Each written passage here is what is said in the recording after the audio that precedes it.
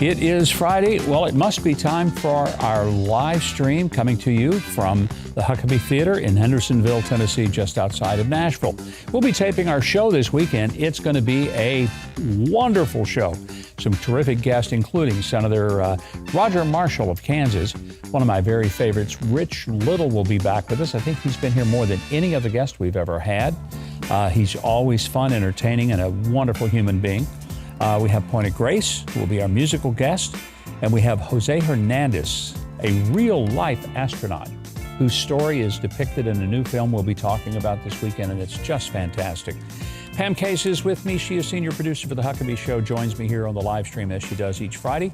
And Pam, hope you've had a good week. Hey, just by the way, I just viewed that film you mentioned about Jose Hernandez. Yeah. I've got to tell you, cannot wait to meet him in person. His story is phenomenal, and I just saw it last night. I can't wait to share about it. Watched it this week with my wife, and we both loved it, thought it was just terrific. And, you know, as a little kid, we all wanted to be astronauts, right? Right. He actually made it. Yes. He's like that 0.000000001% to actually get to be an astronaut. Yes. And he did it, and he overcame unbelievable odds to make it happen. Yes. It's just an inspiring story. Yeah, can't wait. If you need a feel-good movie, and who doesn't, this is the one to go watch. And we'll talk about it this week on The Huckabee Show. Hey, if you haven't yet, send your questions into the chat. The questions for this live stream that we'll be talking about today. And if you want more visibility for your questions, send a super chat. We'll bump it up to the top. We got moderators who watch the chat for the questions. We sort them, and our moderator sent them to Pam, who reads them to me. I try to answer as many as we can. In addition to that, we have a large array of wonderful video clips of the news of the week to show you. And I think you're going to enjoy today's live stream. We'll be talking about Joe Biden, who makes an absolute fool of himself in front of the United Nations. Also, the U.S. sees a staggering increase in illegal immigration along the southern border, but don't you worry about it. According to the White House, everything is just fine. And Merrick Garland, our Attorney General, gets grilled by Congress, and I mean high heat, and he's caught in a great old big lie. We'll talk about that and a whole lot more. We always have a pre-show poll to start our day, and Pam is going to tell us what that is. Yeah, we had some fun with this one. Which do you least trust, Gov? A fox in the hen house, oatmeal raisin cookies. Who doesn't love an oatmeal raisin cookie? There are better cookies. Oh, there are better. Yeah. All right. DOJ Director Merrick Garland, or black ice. Ooh. All right. So I guess your choice would be Merrick Garland. Of course, 92% of those in our pre-show poll today agree with How that. many? 92? 92%. Whoa. It was interesting that we had an even split 3% between a fox in the hen house and oatmeal raisin cookies. Really? Absolutely. And black ice coming in fourth with 1% of the audience. Nearly 300 votes today, so thanks to everybody who participated. Now, truthfully, black ice is very treacherous and dangerous, It is. but most of us just don't even get out and drive when there's any out there, right? Right, that's true. Unless you live north of the Mason-Dixon, and then you're used to it and you think it's no big deal. Right. In the South, 3 flakes of snow shut everything down. Right. And all the bread and all the milk gone from the Kroger. Isn't that weird? And people that don't even drink milk or need bread will go to the store and buy both of them as if we're going to be in this thing for months. Yeah. You may not believe this, but I'm a pretty good driver on the ice. My dad was from up north, and he said, I'm going to teach you how to drive on this. When I was 16, I could take on any ice storm ever. Good for you. Yeah, just hey, a little brag. We have one of those around here. I'm going to call you up. You're going to be my Uber. I'll be happy to be your Uber. That's what I'll need. I don't like driving on it. I just don't. Actually, I don't like driving on clean, dry asphalt either. I don't like to drive. It's dangerous out there. It is dangerous. Crazy people. Some of them worse than me. Our top comment from our last week's live stream comes from Mason Yan, 5389, who said, quote, "We love and respect our President Trump more every day," end quote. Kind of easy to do when you look at what's happening in Washington and you see the, I guess, just the complete oblique nature of this particular administration. I got a question for you this week. If any of you watch the hearings, this will ring true. It's why we're asking. Should Merrick Garland, the Attorney General, be charged with contempt of Congress? Leave your answers in the chat or in the comments section below. We'll see what you think. If you haven't already subscribed to the channel, right now is a good time to do it. Be sure to hit the notification bell, like, and share. That extends the reach of the live stream to a lot more people if you will do that. So please push all those little buttons on your screen that look like they would be interesting and fascinating.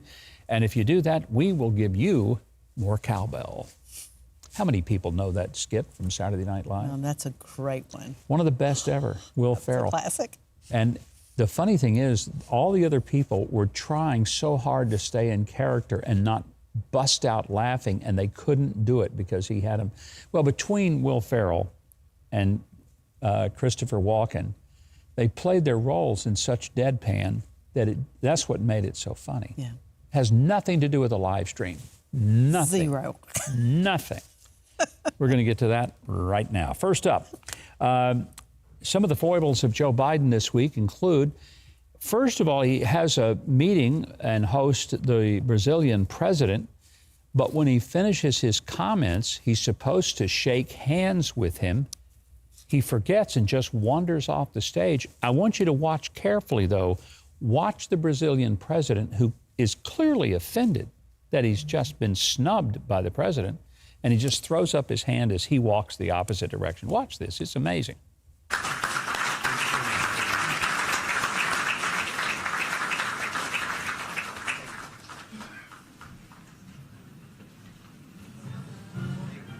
Joe, see you later. And you can see the Brazilian president like, what? And they're like, okay, I'll go off that way and just forget about it. It's crazy. It is. But oh my gosh. Gives us fodder, though, for the live stream. It does. Hey, if it weren't for Joe, we wouldn't have nearly as much material. In fact, we have too much to do. We have to edit through lots of clips we would play. Biden was at the United Nations this week and made one of the most riveting speeches probably they've ever heard. Watch. Now, even as we evolve our institutions and drive creative new partnerships, let me be clear. Certain principles of our international system are sacrosanct.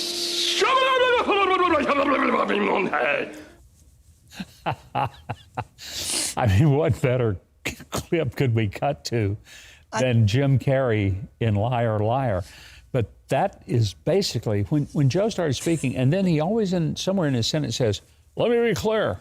But if you listen to the beginning of the sentence, it's like, I want to be clear. Well, you weren't. That's just the problem. We had no idea what he was saying. None. No, it's real life. Just I didn't know they were going to do that clip, by the way. Oh, so you it kind didn't? of caught me a little off guard. Yeah, that was pretty good. That's funny. That was funny.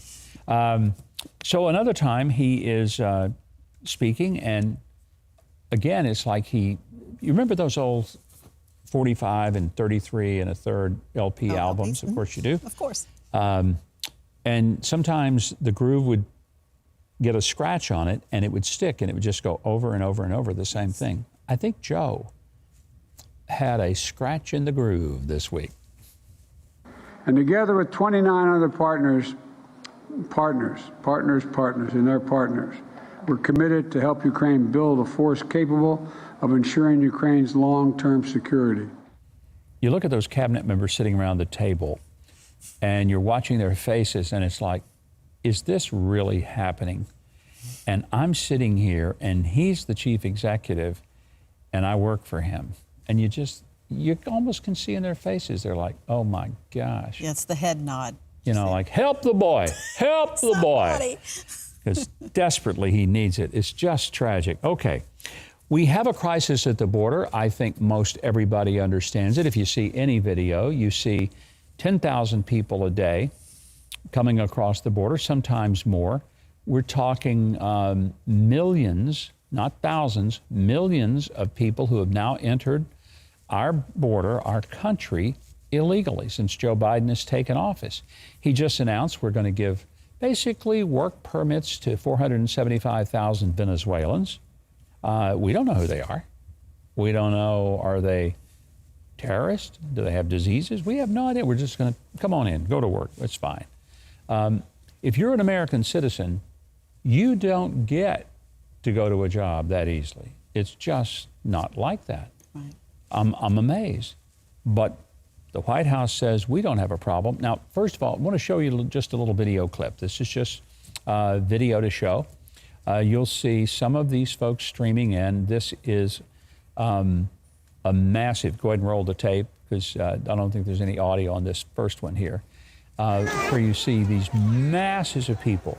And if you look at that line, it's as far back as you can see.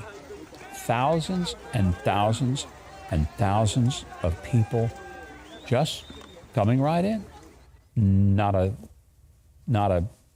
a speed bump at all to get in. Amazing. And then you think of all the people who have immigrated here legally, how many hoops they had to jump through, how long it took, how much money they spent on attorneys and going through all the paperwork. Look, our country is built on wonderful immigrants who've come from all over the world and added so much to this country. We're grateful. We're enhanced by immigration. It's been a godsend to America. It is America, for heaven's sakes. But it was done legally, and it was done by people who wanted to be Americans. They didn't want to come and just live off of Americans. They wanted to become one of us and work hard, live the American dream, and be part of it. And that's not what we're seeing altogether. Now, Karine Jean-Pierre, and by the way, Dan Mandis on a local radio station, here's on a news talk station, has the best name for Karine Jean-Pierre I've heard. He calls her Coringe Jean-Pierre. Isn't that good? That's very good. So Dan Mandis, good job, man. Good job. I like that. So Coringe, I'm going to steal it from Dan, and I give him credit. Coringe Jean-Pierre is asked the question, 10,000 a day are coming in. When is enough enough? Watch. How many people coming into this country illegally is enough for President Biden then? Say that last one? How many people illegally coming into the United States is enough for President Biden's administration? Enough for what? 5.9 million people have been encountered illegally. I know the numbers, but enough for what? Enough just to stop the flow.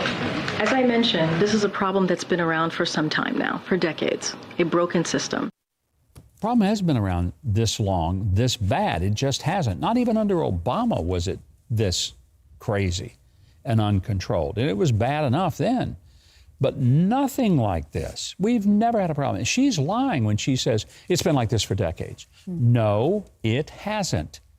It has not been like this. In fact, if it had been, then you would have had the same issues in New York and Chicago and these other blue cities and states where they said, oh, we're a sanctuary city. We're better than those other cities. We're sanctuary. We want these people to come. And when a handful of them came, they've gone into panic mode. 50 illegals went to Martha's Vineyard, and just 50 people at Martha's Vineyard called them into such panic that they called the National Guard in to handle 50 people. Think how they're dealing in Texas and places like Eagle Pass, a tiny little town, and they're getting 10,000 a day. Just insane. So then she's asked the question about the record-breaking coming in, and she just simply refuses to even take the question. Screen. So what do you call it here at the White House when 10,000 people illegally cross the border in a single day? So what do you call it, Peter, when GOP puts forth a wait, no, you can't. Karine? I'm answering. Okay, we're going to move You're on. answering the question with a question? No, we're moving on. Karine, moving. please. In the back. Now, you said you were stopping the flow at the border. No. I tried to answer, Peter. Okay. I tried to answer the question. You stopped me. Let's go. There was footage yesterday. That may be the most disingenuous thing I've ever seen a person at the White House podium ever say, and a lot of disingenuous things have been said there. But for her to take the question and say, what do you call it when 10,000 a day come in? And she says, well, the Republicans, and she starts in. The Republicans have had nothing to do with what's going on in the Biden administration. The Biden administration could have fixed this in their first 2 years when they had control of the House, the Senate, and the White House. They could have done anything they wanted in immigration reform. They didn't do it. They did not do it. They had the power. Republicans have not had the power. When Trump was president, he did a lot on the border wall. He did a lot, and we pretty much had things under control. We never had all three houses of control. And, you know, it's just for her to say that, well, it's the Republicans' fault.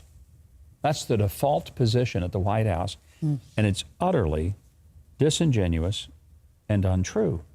In fact, one of the things that has happened, the state of Texas has put concertina wire along the border to try to discourage people from coming through, also to try to protect people from drowning, because there have been several drownings, including that of a 3-year-old this week. It's horrible. Well, what did the federal government do? Do they say, attaboy, Texas, thanks for doing what we should be doing under the law? Nope. They went and cut the wire down. So Texas is putting it back up. And when Corinne Jean-Pierre is asked about it, her response is classic. There was footage yesterday of Border Patrol cutting some of the razor wire that Texas had installed. Governor Abbott has vowed to reinstall it. They have his border czar has pictures of people taking fresh razor wire out to the border to reinstall it. Is there now a federal policy of removing the barriers that Texas is installing? So here's what I'll say. I would have to look into that. I did see those reports yesterday, but as it relates to Governor Abbott, we know what he has done these past couple of years while this president has been in office. He's turned this, when it comes to the border, he's turned this into a political stunt. A political stunt? No, it's not a political stunt. They're trying to save their budget.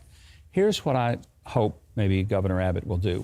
They've been busing thousands to New York and Chicago and even to D.C., but drop them right off at the White House. Just drive them right up to the gate and say, your buddy's right in there, wave, be sure and yell at him and tell him hello, tell him to come out and visit with you. Tell Corinne Jean-Pierre to come out and tell you that there's no crisis, everything's great, and it's the Republicans' fault. Tell them to come on out and do that. Here's what I find interesting. 10% of the amount of immigrants that just Texas gets on its border in a day have gone to, or over a period of time, have gone to New York City. And the mayor there is saying, we will be permanently ruined because of this. Sanctuary city. You wanted it, you got it. As the old saying is, you got what you wanted, but you don't want what you got. And that is reality. Let's take a couple of questions, and then we're going to get to some more classic video today. Of course. David, Indiana, asking today, Dear Gov, do you think anyone is tired of the media screamers? And can we just get down to the business at hand as our forefathers did a few years ago? Good question, Dave. I think the media is hopelessly lost. I just don't see any hope for them because they've become cheerleaders for the left. There's no objectivity. There's no sense of journalism, none at all. Donald Trump said something that was incredibly controversial, for which he was pilloried over it. What he said has turned out to be quite true. And I don't mean this 100% because there's no such thing as everybody in the media. That's not fair. But he made the comment that the media is the enemy of the people. Predominantly, he's right. Now, let me be clear why I say that. If the entity that is supposed to deliver unvarnished truth and objective information to the American people so that they can make up their own minds about what they think is good or bad and vote accordingly, if they're not given information that is objectively the truth, but is instead a very tainted message geared toward what the party in power wants us to believe, the reason they have become the enemy of the people is because they have not only been derelict in their duty, they've actually become participants and the leaders of misinformation and disinformation by not telling the American people the truth. Therefore, in a free society, they become the enemy of the people because now the people don't have any way to get the truth. Not true of everybody in the news business, but it is true of most of them. And quite frankly, I hold most of them in contempt. B. Benefield asking today, Gov, have you heard of January 6er John Strand? He's in solitary confinement indefinitely and has been denied all rights. He's not even allowed to speak to his lawyer. I can't even understand how that could happen. I'm not familiar with that particular individual. There's so many that have been put in jail, and they've been there for a year and a half now, and they have had their fundamental constitutional rights trampled all over. Not sure about this one, but it sounds beyond anything that's supposed to happen in America. people who are charged with a crime are innocent until proven guilty, according to the law. They have the right of due process. They have a right to a speedy trial. They have a right to an attorney, and they have a right to be able to access that attorney. I know that that has not been given the norm in this process for these January 6 people. And I just wonder, is at some point there will be a court, a real court, that will step in and at least grant these people fundamental constitutional rights. Even if they're guilty, they have rights, and they should be given them. Of course, our question of the day, should Merrick Garland be charged with contempt of Congress? So we've got people answering that, and Surfing Bird is asking, yes, Garland should be charged, but who would charge him? Himself? Well, he could be charged with contempt of Congress by the Congress. Eric Holder was. I don't know if you remember back during the Obama era.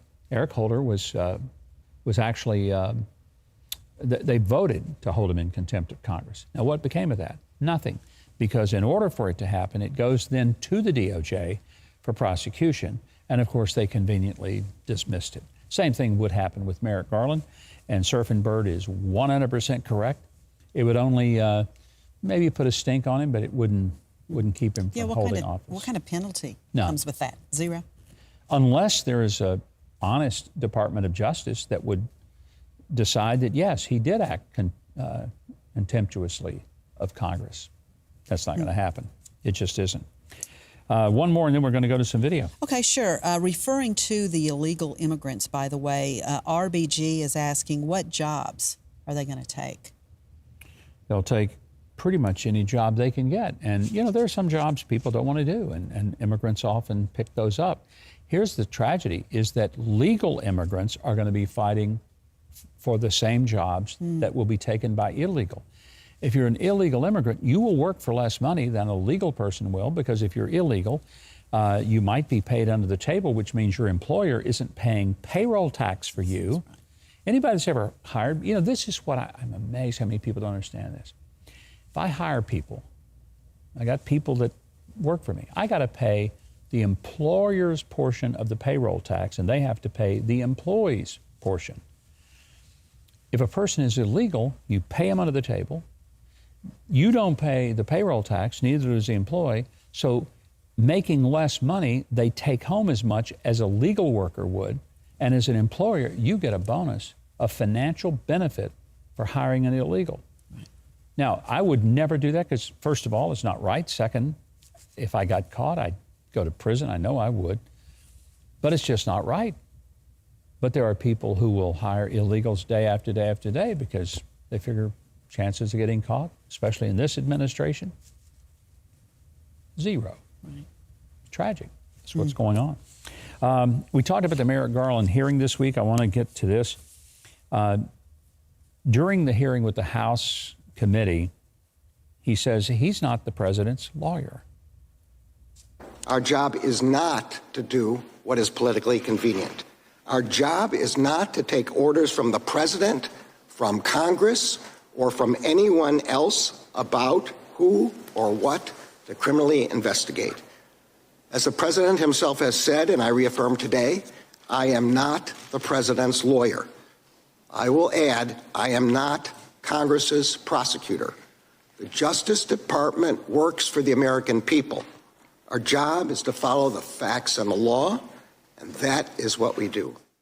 I would say that was really close to perjury on his part, because if anybody believes that this Department of Justice is objectively pursuing criminal charges, regardless of politics, then you have not seen a pro-life grandmother, 74 years old, hauled off to jail in handcuffs because she protested at an abortion clinic and charged with enough crimes that she could do 20 years in prison. But people who burn police cars in Minneapolis and Portland and Seattle haven't even been arrested. And people that firebombed abortion clinics, pro-life crisis pregnancy centers, these are pro-abortionists who firebombed pro-life crisis pregnancy centers. That didn't even get investigated. You have a man not far, right outside of Nashville, Tennessee, where we are, and he has several children. I want to say 5, but I can't remember how many. Big presence, 20 cars, 20-something different federal agents showed up at his house with guns drawn, held them on his wife and his kids. They were screaming and crying. This happened early in the morning. They didn't even let the man get dressed. They put him in handcuffs, and they hauled him away. What was his crime? Protesting in front of an abortion clinic. He was a pro-life protester, and he faces years in prison if he gets convicted. This is insane.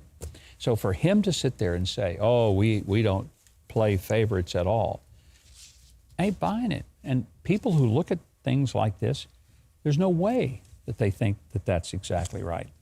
One of the big reveals in this whole hearing was when he was asked how many agents did the federal government plant inside the protesters. Were there people who really were there on behalf of the FBI or some federal agency participating in what happened January 6th? Watch his answer. How many agents or assets of the government were present on January 5th and January 6th and agitating in the crowd to go into the Capitol, and how many went into the Capitol? Can you answer that now? I don't know the answer to that question. Oh, last time, you don't know how many there were, or there were none? I don't know the answer to either of those questions. If there were any, I don't know how many. I don't know whether there are any. I think you may have just perjured yourself that you don't know that there were any. You want to say that again, that you don't know that there were any? I have no personal knowledge of this matter. I think what I said last time. You've had 2 years to find out. And the day, by the way, that was in reference to Ray Epps, and yesterday you indicted him. Isn't that a wonderful coincidence on a misdemeanor? That was Congressman Thomas Massey of Kentucky grilling him, and a phenomenal job there. I want to play this one of the clip during the Merrick Garland hearing. And this was whether he had had contact with anyone at FBI headquarters about the Hunter Biden investigation. We know that there were meetings that went on, but he was asked point blank, is he aware of any such meetings? Have you had personal contact with anyone at FBI headquarters about the Hunter Biden investigation? I don't recollect the answer to that question, but the FBI works for the Justice Department. It's. I'm sorry. You don't recollect. You don't recollect whether you've talked with anybody at FBI headquarters about an investigation of the president's son? I don't believe that I did. Don't believe that I did. Don't recollect. I mean, that's, again, just stunning. Absolutely amazing. We had a little bit of comedy this week. It really could have been incredibly tragic. We lost an F-35. An F-35 fighter, the most sophisticated fighter ever created. A pilot says his plane had trouble. He ejected at 2,000 feet. He landed okay. But the airplane he let continue to fly. It was on autopilot. It flew for several hours, or at least for quite a while. But our government couldn't find it for 28 hours. 28 hours. And they put out basically an Amber Alert saying, if anybody's seen that F-35 flying around, let us know. We can't find that thing. That's the most amazing thing ever. It fortunately crashed in a rural part of the Carolinas. And the good news for that is that nobody on the ground was injured. If that had crashed into a city, there would have been multiple casualties. But the man who heard the sound gave the most amazing description of it that I do not want you to miss before we leave today. He loves living about 2 miles away from where he grew up. Normally it's pretty quiet, but on Sunday afternoon, I was in the bathroom taking a shave, and I heard a screeching, between a screech and a whistle. I said, what in the world is this?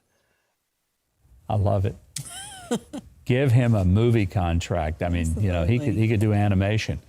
But that's probably what it sounded like when he was in there, as he says, taking a shave. It was pretty sweet. Anyway, thank goodness he was there to witness what happened. Hey, if you didn't get your question in, be sure to leave it in the comments. We'll still continue to look at them. If you've not subscribed, do it right now. Be sure to hit the like button, click the notification bell. And remember, Live with Mike streams every Friday unless we tell you otherwise. But we expect to be back next week.